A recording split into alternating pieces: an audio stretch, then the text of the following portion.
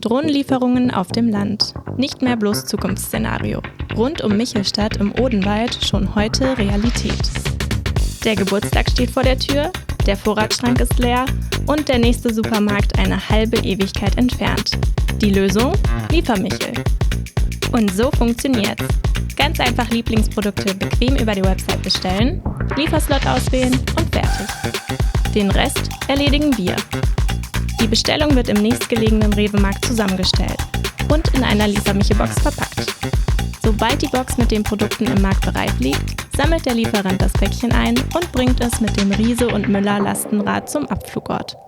Ist die Lieferung erst einmal an der Wingcopter-Lieferdrohne befestigt, kann es auch schon losgehen. Wir heben ab. Dank fortschrittlicher Technik und dem leistungsstarken Netz von Vodafone kann die Drohne sicher auf ihrer Route navigieren. Dann heißt es auch schon, ansetzen zur Landung. Unser Auslieferer entlädt die Bestellung und macht sich mit der Lieferung direkt auf den Weg zur Kundin.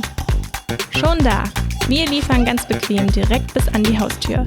Pünktlich zum Geburtstag. Jetzt steht der Feier nichts mehr im Weg. So bleibt mehr Zeit für die wirklich wichtigen Dinge.